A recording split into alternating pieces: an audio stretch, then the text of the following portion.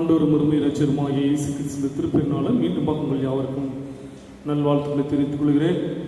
இந்த காணொலி காட்சி வழியாக இந்த ஆராதனையில் நாம் பங்கு பெறுவதற்கு ஆண்டவர் உதவி செய்திருக்கிறார்.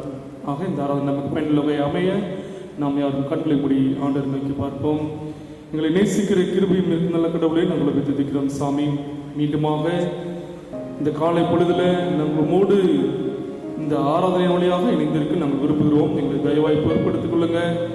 இந்த ஆராதனை வழியாக நாங்கள் அநேக நன்மைகளை கற்றுக்கொள்ள எங்கள் ஆண்ட கிருபை செய்ய கொண்டாடுகிறோம் சாமி. தொடர்ந்து நாம் மைமைப்படுத்தும் பொருட்படுத்திக் கொள்ளுங்க. இயேசுக்கு சொல்ல வேண்டுகிறோம் எங்கள் அன்பின் நல்ல கடவுளே, ஆமென்.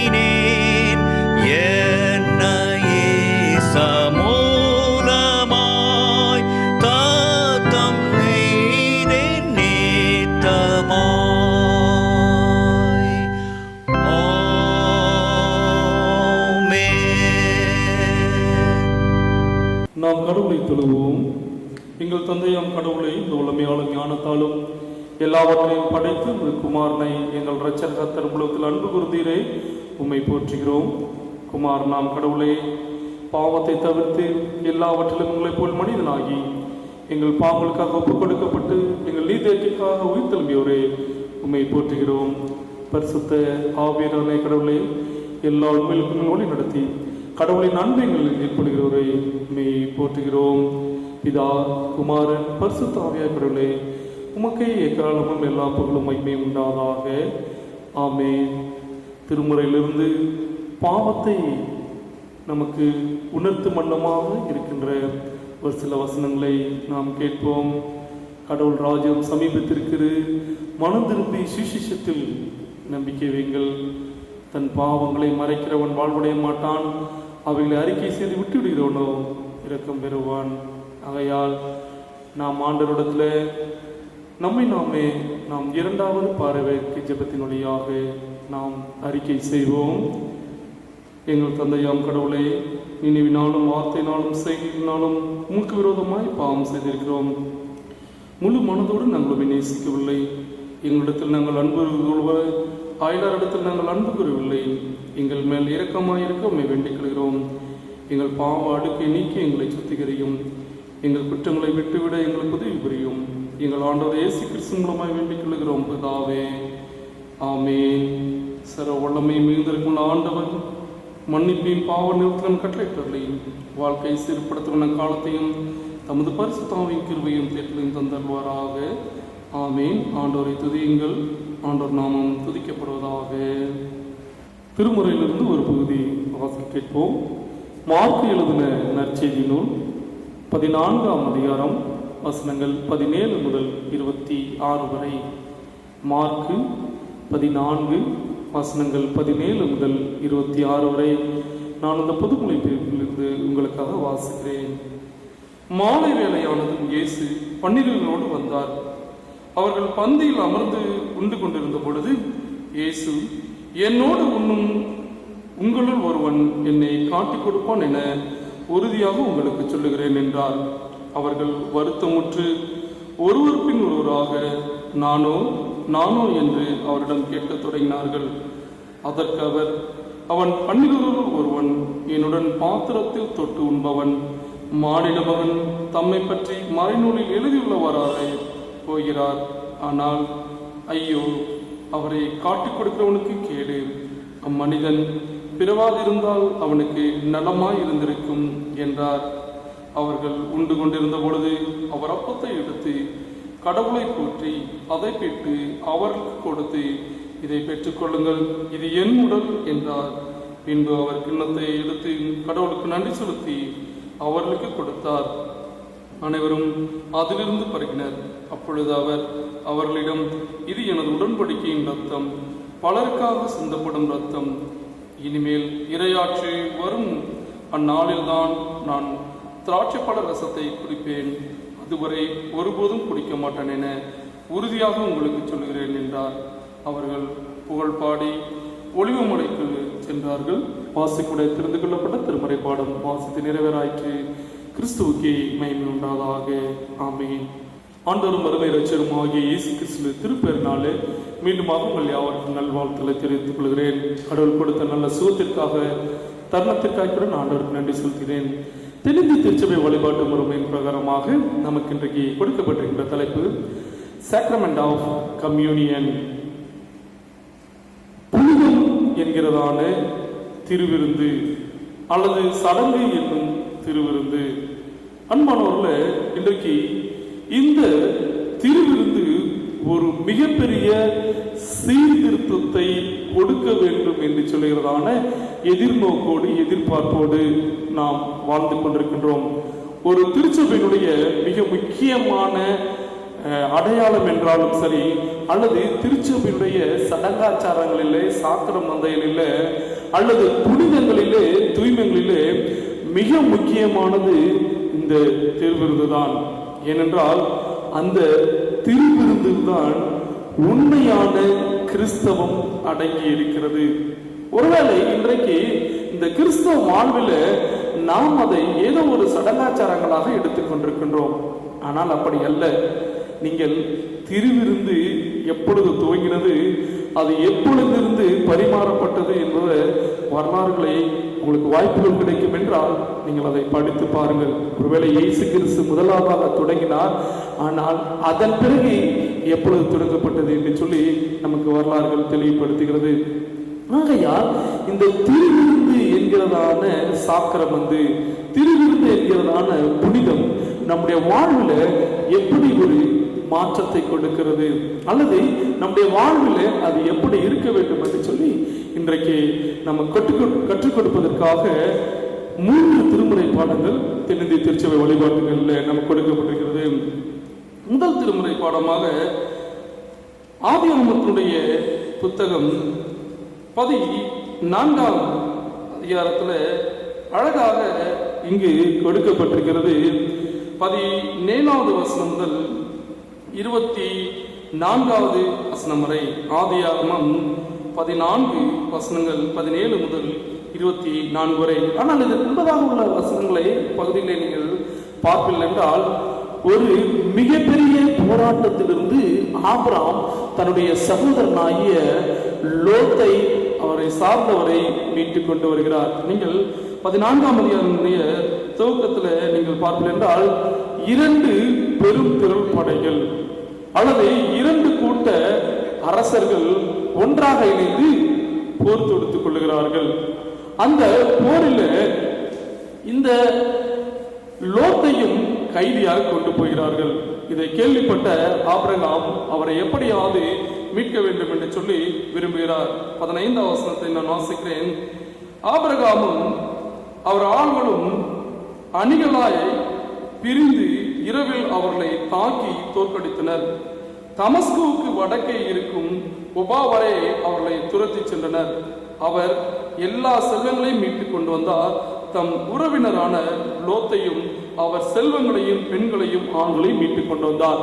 இப்படி அவர் மீட்டுக் கொண்டு போர் முடிந்து வருகின்ற தருவாயிலே தான் சாலோம் அரசர் மெல்கிசேதேக் என்கிறதான ஒரு மிகப்பெரிய குருவை சந்திக்கிறார். நீங்கள் புதிய ஏற்பாடுகளிலே மெல்கிசேதேக் என்பவர் ஒரு மிகப்பெரிய புனிதராக, ஒரு மிகப்பெரிய பிரதான ஆசாரியராக, குருவாக நமக்கு கொடுக்கப்படுகிறது. ஆக இவர் இந்த சாலோம் அரசர் என்று சொல்லி இந்த மெல்கிசேதேக்கை அழைக்கிறோம். சாலோம் என்பதாலே தெரியும் அமைதி. ஒருவேளை அமைதி என்பது எருசலேமுடைய பெயரா அல்லது அவருக்கு அடைமொழியாக கொடுக்கப்பட்ட பெயரா என்று சொல்லி நமக்கு வரலாறுகள் தெளிவாக கொடுக்கப்படவில்லை. ஆயினும் அவர் அமைதியின் இறைவாக்கினராக, அமைதியின் ஊழியராக, அமைதியின் குருவாக இங்கு மெல்கிசேதேக் அழைக்கப்படுகிறார். ஆபிரகாம் அந்த போர் கலைப்பில் அல்லது அந்த இரவு முழுவதும் அடைந்த வேதனையிலிருந்து அவர் வரும்பொழுது அவருக்கு எதிராக வருகின்ற இந்த மெல்கிசேதேக்கு அப்பமும் திராட்சரசத்தையும் அவருக்கு கொடுக்கிறார். அந்த காலங்களிலே அப்பமும் திராட்சரசமும் பலி பொருளாக பயன்படுத்தப்படவில்லை. இது ஒருவர் மற்றொருவர் மீது கொண்டுள்ள மதிப்பை வெளிப்படுத்துவதற்காக, ஒருவர் மற்றொருவர் மீது கொண்டுள்ள அக்கறையை வெளிப்படுத்துவதற்காக, அல்லது ஒருவர் மற்றவருடைய தேவைகளை அறிந்து கொடுப்பதற்காக கொடுக்கப்பட்டதுதான் இந்த அப்பமும் திராட்சரசமும்.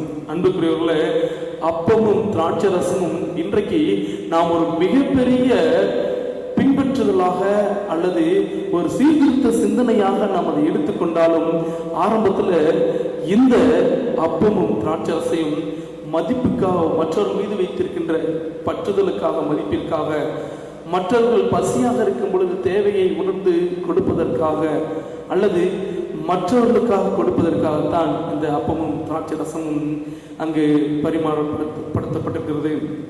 இரண்டாவதாக 1 கொரிந்தியர் 10ஆம் அதிகாரத்தில் அழகாக இந்த திருவிருந்தினை கொடுத்து நமக்கு கொடுக்கப்பட்டிருக்கிறது. நீங்கள் அந்த பகுதியை முழுவதுமாக நீங்கள் இல்லங்களிலே சென்று அதை வாசித்து பாருங்கள். ஆனால் நமக்கு கொடுக்கப்பட்டிருக்கின்ற அந்த வழிகாட்டுதலின்படி நன்றி உணர்வோடு அல்லது மீட்படைய வேண்டும் என்கிற சிந்தனையோடு இந்த திராட்சரசம், இந்த திருவிருந்து பரிமாறப்பட்டிருக்கிறது.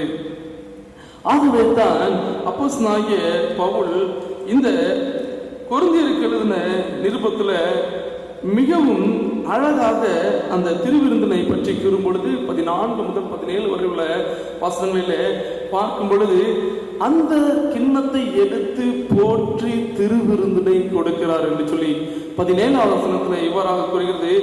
அப்பம் ஒன்று, ஆதலால் நாம் பலராயினும் ஒரே உடலாயிருக்கிறோம், ஏனெனில் நாம் அனைவரும் அந்த ஒரே அப்பத்தில் தானே பங்கு கொள்கிறோம். இரண்டாவதாக திருவிருந்து ஒன்னஸை குறிக்கிறது, ஒற்றுமையை குறிக்கிறது.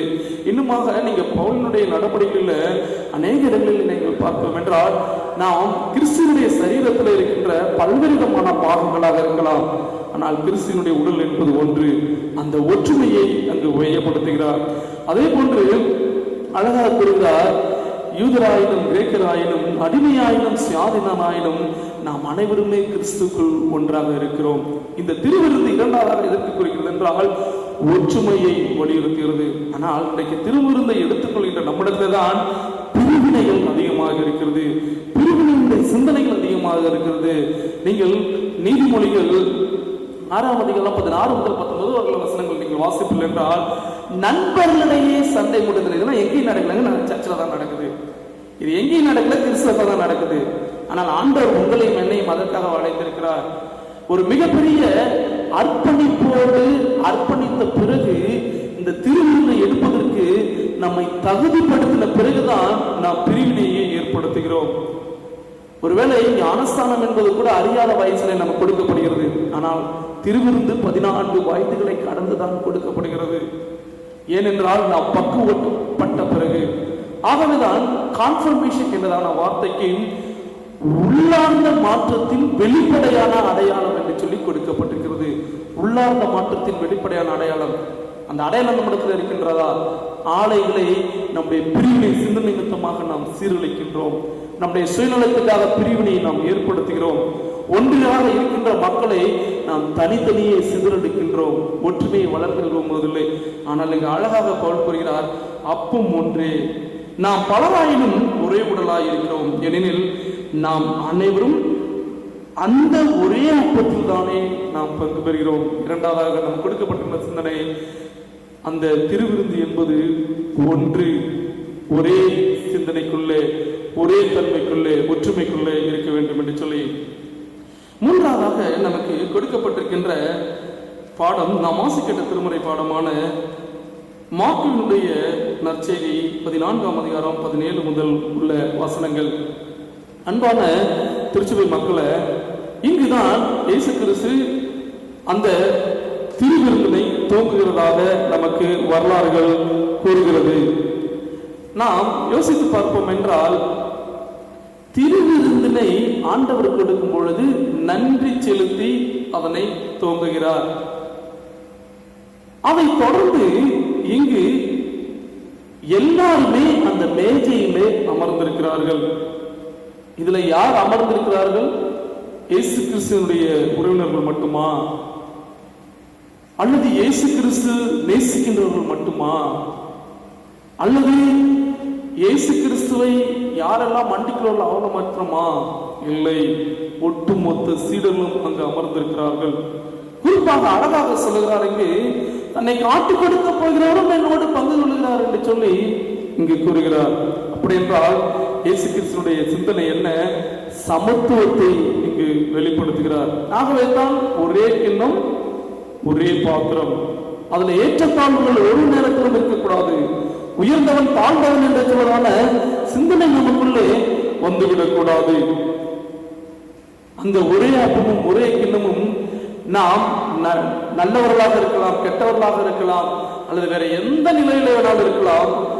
ஆனாலும் அந்த ஒரே பாத்திரத்தில் நாம் பங்கு பெற வேண்டும் என்று சொல்லி மார்ட்டின் லூத்தர் ஜூனியருடைய சிந்தனை நாம் இப்பொழுது நாம் நினைவு கூற வேண்டும்.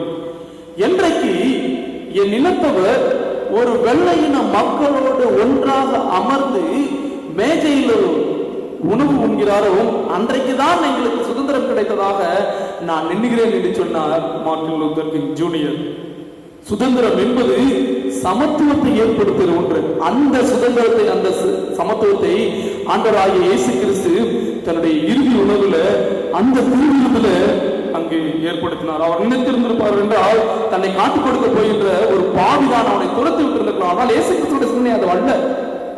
இன்றைக்கு சமத்துவத்தை நாம் அறவே நாம் அறிவிருக்கிறோம். ஒருவேளை ஜாதியின் நிமித்தமாக இருக்கலாம், அல்லது நம்முடைய குடும்பங்களுக்குள்ளே ஏழை பணக்காரன் என்று சொல்வதான சிந்தனை இருக்கலாம், அல்லது பதவியா உள்ளவன் பதவி அற்றவன் என்று சொல்வதான சிந்தனை இருக்கலாம்.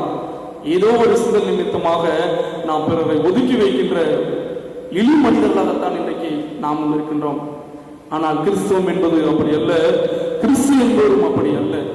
எல்லோரையும் ஒன்றிணைத்து ஒன்றாக சரிசமாக நடத்த வேண்டும் என்று சொல்லிதான் இந்த அடையாளத்தை வைத்து போகிறார்.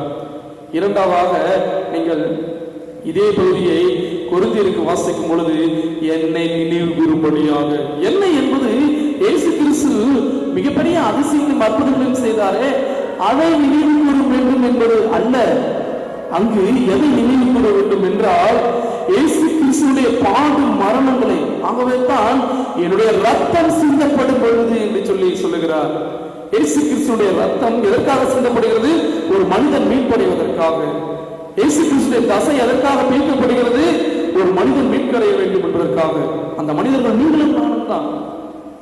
ஒருவேளை நான் பெறுகின்ற திருவிருந்துடைய சிந்தனை மூலமாக நான் மற்றவர்களை மீட்கின்ற மனிதனாக இருக்க வேண்டும்.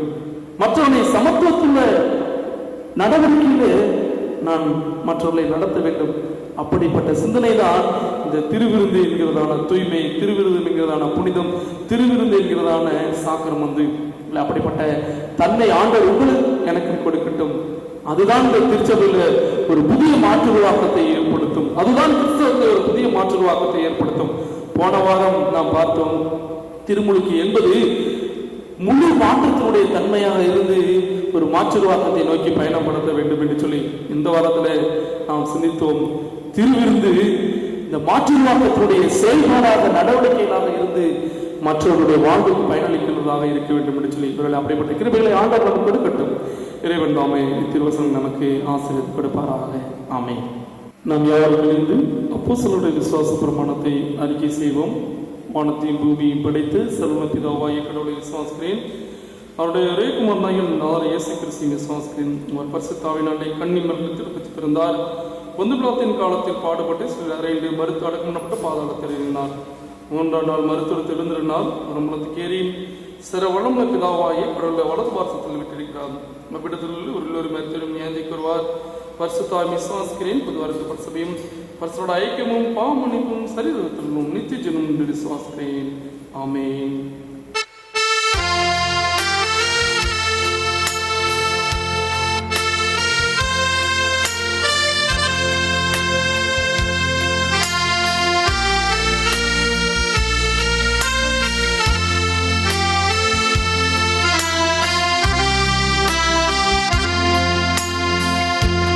இயேசு நேசிக்கிறார், இயேசு நேசிக்கிறார். இயேசு என்னையும் நேசிக்க யான் செய்த என்ன மாதவமோ. இயேசு நேசிக்கிறார், இயேசு நேசிக்கிறார்.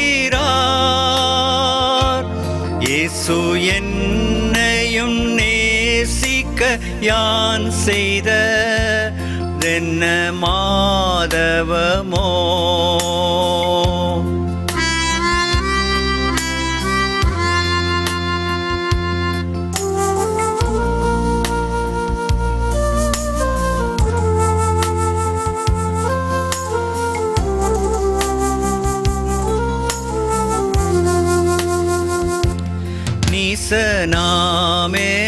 நாமெனைத்தான் இயேசு நேசிக்கிறார்.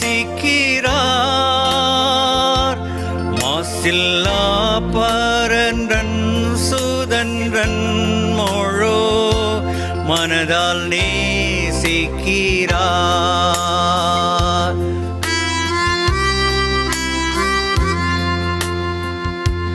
இயேசு நேசிக்கிறார், இயேசு நேசிக்கிறார்.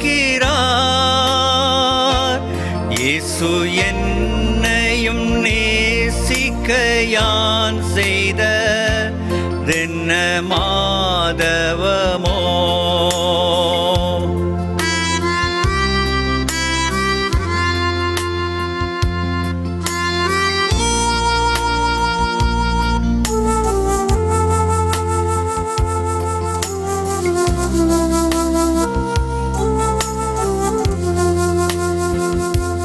பரம தந்தை தந்த பரிசுத்த வேதம் நரராமினரை நேசிக்கிறாரென நவிலாச்சரியம்.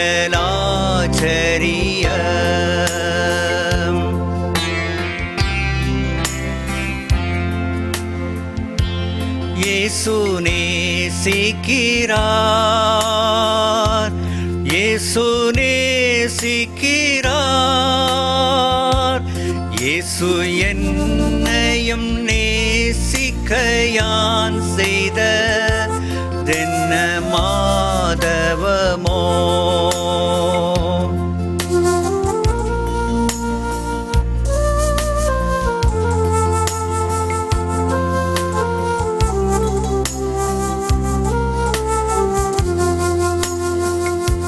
நாதனை மறந்து நாட்களி தொலைந்தோம். நீதன் இயேசன்னை நேசிக்கிறாரென நித்தமாச்சரியம்.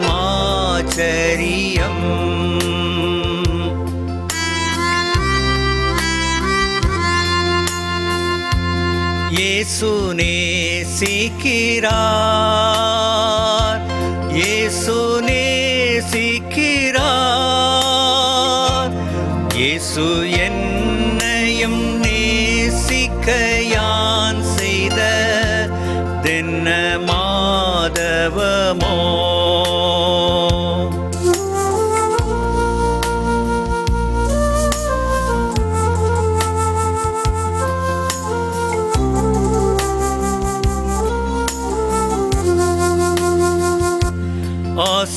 இயேசுவென்னை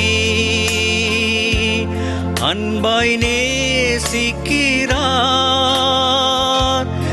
அதை நினைந்தவர் அன்பின் கரத்துளே ஆவலாய் பரப்பேன்.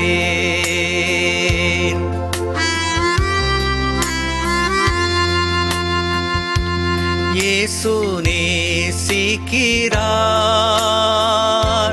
இயேசு நேசிக்கிறார். இயேசு என்னையும் நேசிக்க யான் செய்த தென்ன மாதவமோ.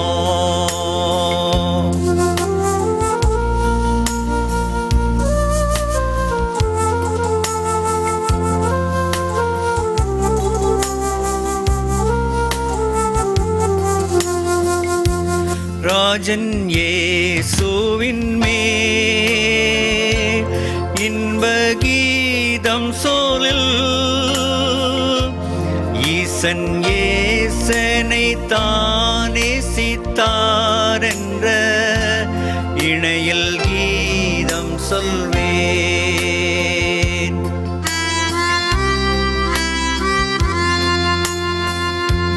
இயேசு நேசிக்கிறார். இயேசு நேசிக்கிறார். இயேசு என்னையும் நேசிக்க யான் செய்த தென்ன மாதவமோ. என்ன மாதவமோ. கர்த்தர் உங்களோடு இருப்பாராக, அவர் உங்களிடம் இருப்பாராக. ஜெபம் செய்வோம். கர்த்தாவே எங்களுக்கு இறங்கும், கிறிஸ்துவே எங்களுக்கு இறங்கும், கர்த்தாவே எங்களுக்கு இறங்கும். ஆண்டவர் நம் கற்பித்த ஜெபத்தை நாம் எடுப்போம். பரமண்டலங்களில் இருக்கிற எங்கள் பிதாவையும் நாமம் பரிசுத்தப்படுவதாக, உடைய ராஜ்யம் வருவதாக, உடைய சித்தம் பரமண்டலத்தையும் செய்யப்பட்டு பூமியிலும் செய்யப்படுவதாக. அன்று நாங்கள் இன்று தாரும் எங்களுக்கு விரோதமாய் குற்றம் செய்ய மன்னிக்கிறது போல எங்களுக்கு குற்றம் பண்ணி எங்களை சோதனைக்கு பிரவேசிக்க மனமத்தையும் ரசித்துக்கொள்ளும். ராஜ்யம் வல்லமை மகிமை மேலடைக்க முடியவில்லை. ஆமீன். தொடர்ந்து ஜெபம் செய்வோம். எங்களை நேசிக்கிற நல்ல கடவுளே, அன்றைய சடங்காச்சாரம் என்கிறதான சிந்தனையிலிருந்து எங்களை வெளிக்கொண்டு வர வேண்டும் என்று சொல்லி நாங்கள் கொண்டாடுகிறோம் சாமி. ஏனென்றால் எங்களுடைய வாழ்வில் திருச்சபையில் திருவிருந்தையும் ஞானஸ்தானத்தையும் ஒரு சடங்காச்சாரங்களாக நாங்கள் பின்பற்றி வருகிறோம் சாமி. ஆனால் இது புனிதம் என்கிறதான அல்லது தூய்மை என்கிறதான சாக்கிரமந்து என்பதை நாங்கள் ஏற்க உணர மறுக்கிறோம் சாமி. எங்கள் ஆண்டவர் எங்களுக்கு தயவாய் மன்னிங்க. திருவிருந்து நிமித்தமாக அன்றைய பிறருடைய தேவைகளை சந்திக்கின்ற மனிதர்களாக, திருவிருந்து நிமித்தமாக ஒற்றுமையை வலியுறுத்துகின்ற மனிதர்களாக, திருவிருந்து நிமித்தமாக சமத்துவத்தையும் அன்றைய உங்களுடைய பாடு நிமித்தமாக மற்றவர்களை மீட்க வேண்டும் என்று சொல்லி சிந்தனை வலியுறுத்துகின்ற வாழ்வாக நம்முடைய வாழ்வு இருக்க வேண்டும் என்று சொல்லி நம்ம நாடுகிறோம் சாமி. ஏனோ தானோ என்று சொல்லியதான வாழ்வு எங்களுக்கு தேவையில்லை. எங்கள் ஆடைகளை தயவாய் பொருட்படுத்திக் கொள்ளுங்கள் சுவாமி. எங்களுடைய நாட்டிற்காக நாங்கள் கொண்டாடுகிறோம். நாடு முழுவதும் கொரோனா தொற்றுவினாலே முடங்கி கிடக்கிறது சாமி. இது ஒரு பக்கம் இருக்க அரசனுடைய அன்றைய சட்டத்திட்டங்களும் பொருளாதார ஏற்றங்களும் அன்றைய மக்களை மிகவும் அன்றைய கவலைக்குள்ளே வழிநடத்துகிறது. என்ன செய்வதற்கு சொல்லி தெரியாமல் ஏங்கியிருக்கின்ற எங்கள் மக்களுக்கு விடுதலை வாழ்வு கொடுங்க சாமி. ஆண்டவரே, இந்த கொரோனா தொற்றிலிருந்து எங்களை விடுவிப்பார் யாரும் இல்லாமல் நாங்கள் போராடி கொண்டிருக்கிறோம் சாமி. நாட்டின் தலைவர்களுடைய தேவையற்ற சட்டத்திட்டங்களிலிருந்து மீட்பதற்கு யாரும் இல்லாமல் போராடி கொண்டிருக்கின்றோம். எங்கள் ஆண்டுகளுக்கு தயவாய் மனம் இருங்க. 74 வருட சுதந்திர தின விழாவை நாங்கள் கொண்டாடுகிறோம். சுதந்திரமே இல்லாமல் சாமி தயவாய் மனம் இருங்க. அதே போல எங்களுடைய திருச்சபைக்காக, திருச்சபையுடைய தலைவர்களுக்காக, பணியாற்றுகின்ற பணியாளர்களுக்காக கூட கொண்டாடுகிறோம். எல்லாரும் உண்மை மொத்தமாக நீதி நேர்மையாக நீர் எங்களுக்கு கொடுத்த அழைப்பை ஒரு நாளும் மறவதாக இருந்து செயல்பட திருப்பணி ஆற்றை நான் எங்கள் திரும்பிற்கு கொண்டாடுகிறோம். அன்பான எங்கள் திருச்சபை மக்களை நம்முடைய கரங்களில் ஒப்புக் கொடுக்கிறோம் சாமி. அவர் ஒவ்வொருவருக்கும் நீங்கள் ஆண்டவர் நன்மையான வாழ்வை கொடுங்க, சரீரத்தை பலப்படுத்துங்க, மனதிலே சூழலிருக்கும் உற்சாகத்தை கொடுங்க சுவாமி. தேவையுள்ளவருடைய எல்லா எதிர்பார்ப்புகளும் நாட்டை சந்திக்க வேண்டுமே நாங்கள் கொண்டாடுகிறோம் சாமி. அன்றைய எங்கள் அன்பான திருச்சபை மக்கள் என்றைக்கு நாங்கள் ஆலயத்தினை சென்று வழிபடுவோம் என்று சொல்லி ஏங்கி தெரிவித்துக் கொண்டிருக்கிறார்கள். அந்த இயக்கங்களை இந்த தொற்று வியாதிலிருந்து எங்களுக்கு விடுதலை கொடுத்து நிறைவேற்ற வேண்டுமே நாங்கள் கொண்டாடுகிறோம் சாமி. அன்றைய இன்னுமாக எங்களுடைய ஆலயத்தினுடைய எல்லா செயல்பாடுகளுக்காக நாங்கள் கொண்டாடுகிறோம். இந்த செயல்பாடுகளை உங்களுடைய கிருபையிலும் நாங்கள் எடுத்துட்டோம். தொடர்ந்து காத்துக்கொள்ளும் இயேசு கிறிஸ்துவை வேண்டுகிற உண்மைகளால் பின்னாக உள்ளே ஆமே. நம்முடைய ஆண்டவராகிய இயேசு கிறிஸ்துடைய கிருபையும் பிதாவாய் எங்களுடைய அன்பும் பரிசுத்தாய் நான் நினைக்கும் நம்முடைய மீண்டும் மீண்டும் சிதாக்கள் மீண்டும் நிலைத்திருப்பாராக. ஆமேன். என் ஆத்மாவே கர்த்தரை ஸ்தோத்திரி, என் உள்ளமே பரிசுத்த நாமத்தை ஸ்தோத்திரி. என் ஆத்மாவே கர்த்தரை ஸ்தோத்திரி, அவர் செய்த சகல பலனையும் மறவாதே. ஆமேன். கர்த்தனே என் துணையானி, நித்தமும் என் நிழலானி. கர்த்தனே என் துணையானி, எத்தனை இடர் வந்து சேர்ந்தாலும் கர்த்தனே அடைக்கலமாயினார். எத்தனை இடர் வந்து சேர்ந்தாலும் கர்த்தனே அடைக்கலமாயினார். மனுமக்களில் இவர் போலுண்டோ, விண்ணுலகிலும் இவர் சிறந்தவர். கர்த்தனே என் துணையானி, நித்தமும் என் நிழலானி. கர்த்தனே என் துணையானி.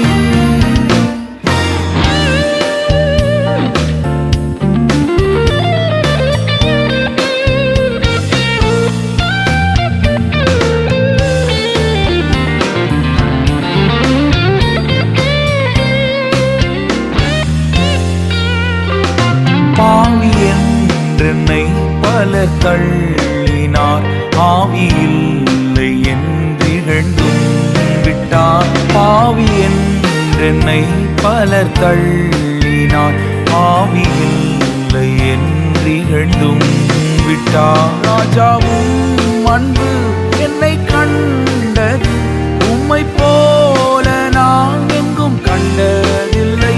கர்த்தனே என் துணையானி, நித்தமும் என் நிழலானி. கர்த்தனே என் துணையானி.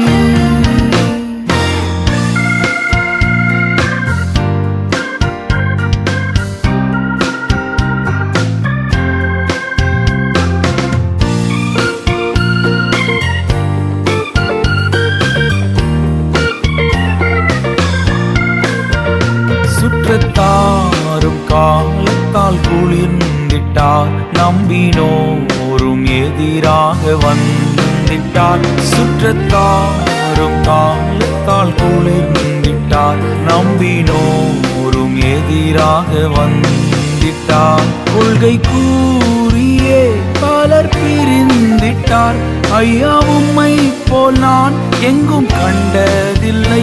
கர்த்தனே என் துணையானி,